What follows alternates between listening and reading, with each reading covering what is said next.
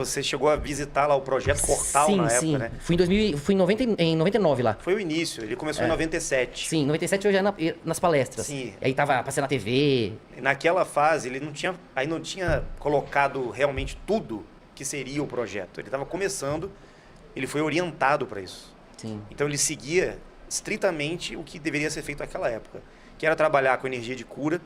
Ele tinha algumas habilidades paranormais, inclusive de energia de cura. Tanto é que a televisão explorou muito isso, né? O Urandia na época. E ele sabia que ele tinha que ir na mídia. Ele tinha que ir no SBT, na Band. Ele teve até participação em programas de televisão. Acho que era Brasil Verdade, chamava na época, na Band, né? Sim. E ele fazia aquelas demonstrações de paranormalidade, porque ele nasceu já com uma atividade cerebral muito alta.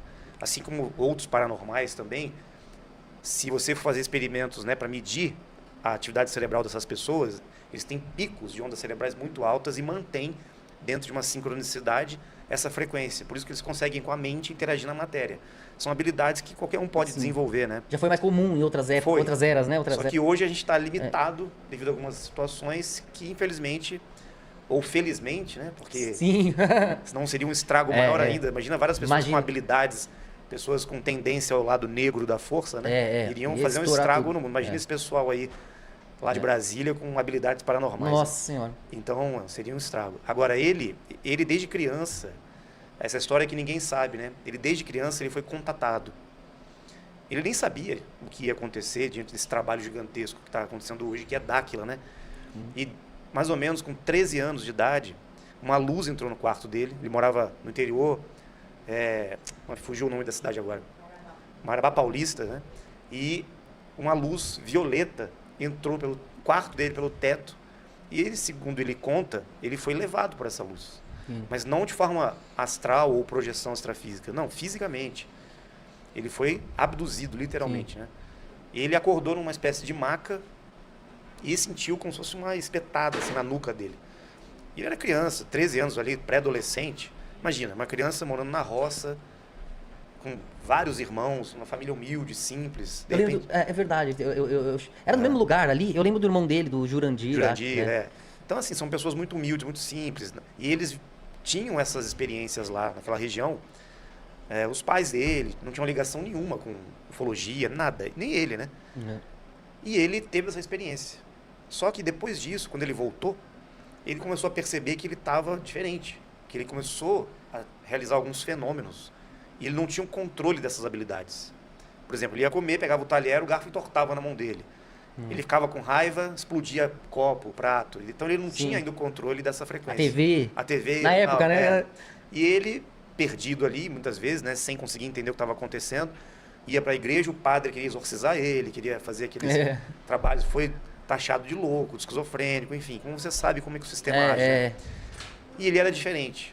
Só que ele conta que nesse período, né, ele brincando lá na roça, jogando bola com os amigos dele, surgiu um garoto lá, um menino diferente, que interagia com ele, com a turma lá, e o nome desse menino era Bill. Se apresentava como Bill. Só que era um moleque, assim, extraordinário. Ele tinha, assim, habilidades superiores às crianças normais, né? Então ele conta que esse menino jogava bola com ele, o menino era um craque jogando futebol, fazia coisas, dava saltos gigantescos, dava mortal, pulava, fazia coisas que ninguém conseguia fazer.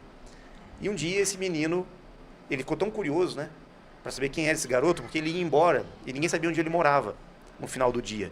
E um dia o Urandir foi atrás dele, você mora onde, cara? Você vem todo dia aqui brincar com a gente, mas eu não vejo qual é a sua casa? Seus pais estão aonde? Aí esse menino falou assim, você quer saber minha casa, onde eu moro, de onde eu vim? Aí ele apontou para o céu, para a constelação de Pégasus. Foi de lá que eu vim. E o Urandir ali, né, ligeiro, falou, você tá maluca? Você tá dizendo que você é um ET, você tá louco? Ele não sou daqui. E você também não é. E muitas pessoas que estão hoje aqui na Terra também não são daqui. Estão apenas passando por uma experiência aqui na Terra e você vai entender o trabalho que você tem no futuro com essas pessoas. Ou seja, foi aquela experiência que geralmente muitos que são chamados, né, e às vezes não são autoconvocados e escolhidos, passam. Só que ele, naquele momento, não entendeu nada. Sim. Quem é esse menino diferente? E ele duvidou, ele pediu uma prova. Prova para mim então que você é um diferente, um ser de outro mundo, né? Você está falando aí? Ele falou, tá bom, entra lá na sua casa, eu vou ficar aqui fora. Aí ele entrou, o Urandir entrou na casa dele, abre a janela. Quando ele entrou na casa, abriu a janela, o Bill estava lá fora, falando com ele, e ele sumiu e apareceu nas costas dele, tocou no ombro dele. E aí, cara, agora você acredita? Ele se teletransportou, em questão de segundos, para a casa dele. Imagina, cara. Não. Aí o Urandir ficou louco, né? Pô, porque ele não tinha conhecimento, ele não era uma criança ali buscando desenvolvimento ainda, não tinha ainda noção das coisas. Ele ficou em choque com isso aí. E de tempos em tempos, esse menino voltava. Imagina a cabeça do cara, do Urandir, né? Nossa. Tendo uma experiência dessa, mas, lógico, ele foi escolhido ali para isso, por algum motivo isso aconteceu. As pessoas vão falar, pô, essa história é louca, como é que pode isso, né? E ele negou. Chegou um momento que ele falou, não, eu não quero mais você, assim, vocês falando essas coisas, por favor, eu não estou preparado para isso, né? Só que a vida dele continuou num ritmo tão intenso, essas habilidades paranormais, que lá pelos meados 20, 18 anos, parece que ele teve uma outra experiência. Ele acordou, ele viu uma grande nave próxima à casa dele, e ele viu alguns seres chamando ele, e fizeram uma proposta para ele, dizendo o seguinte, olha, aquele amigo nosso que te procurou, ele falou para você que seria um grande trabalho no futuro, mas agora nós estamos voltando para propor novamente. Você quer realizar essa missão? E ele, mas como eu? Eu não tenho como, eu não estou preparado, vou ter minha vida, vou trabalhar, preciso ganhar dinheiro, preciso ter minha vida, como é que eu vou realizar um trabalho desse? Quem são vocês e tal? E os seres começaram a orientar ele ali. Foi uma experiência fantástica, né? Você imagina alguém tendo um contato desse. Ele conta essas histórias, né? Obviamente que na época, quando ele começou a expor isso na mídia e tal, o pessoal achou que era louco, charlatão, pô. Tudo bem, ele até apresentando a paranormalidade dele, porque esses seres disseram, você vai começar a apresentar as suas habilidades para chamar a atenção das pessoas. O objetivo não é desenvolver poderes e querer fazer show de paranormalidade. Isso vai ser apenas um gatilho para que esse grupo de pessoas que estão ligadas a essa frequência na Terra, eles vão despertar através... Que a mídia vai querer divulgar, exatamente, alcança a galera, né? Principalmente aqui no Brasil. Muitas pessoas aqui no Brasil vão se sentir atraídas por esse trabalho. E você tem uma grande missão no futuro com essas pessoas. E ele negou. Não quis, ele não quer, depois eu vejo e tal. E lá pelos 20 e poucos anos, eles voltaram. O Bill voltou e falou com ele novamente, né? Olha, nós estamos esperando. E aí, tal, enfim. Chegou num momento que ele foi tão assim, vamos colocar pressionado, né? Que ele aceitou. E ele fez meio que um acordo. Falou assim, olha, o que vocês pedirem eu vou tentar realizar aqui, mas eu quero também ter um suporte. Eu preciso ter minha vida aqui. Eu não quero ser nenhum líder espiritual, guru de ninguém. Ele negou, eu não quero me envolver com religião. Eu não sou uma pessoa preparada para isso. Ou seja, ele não tinha essa ambição. Ele foi chamado, cara. Ó, é você, a gente precisa de você por um certo motivo. Você, de certa forma, tem uma atividade cerebral muito alta, a gente consegue conversar com você facilmente.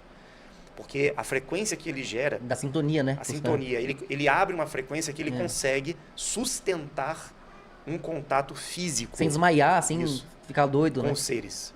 Porque ele já veio com uma certa capacidade mental que se diferencia das pessoas, né? Então... Qualquer outro ia perder a cabeça. E não foi por acaso, né? No nascimento dele, de parto normal, a mãe dele disse que teve uma tempestade, caiu um raio na hora que ele nasceu, uma loucura. E assim, foi algo diferente. Ele é um cara diferente.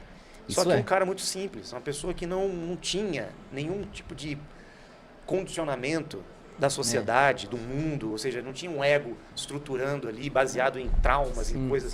Não, uma pessoa estava ali tendo a sua vida, ele ficou, vamos dizer assim, meio assustado no início com as experiências, mas ele estava preparado, senão ele não teria sido escolhido, né?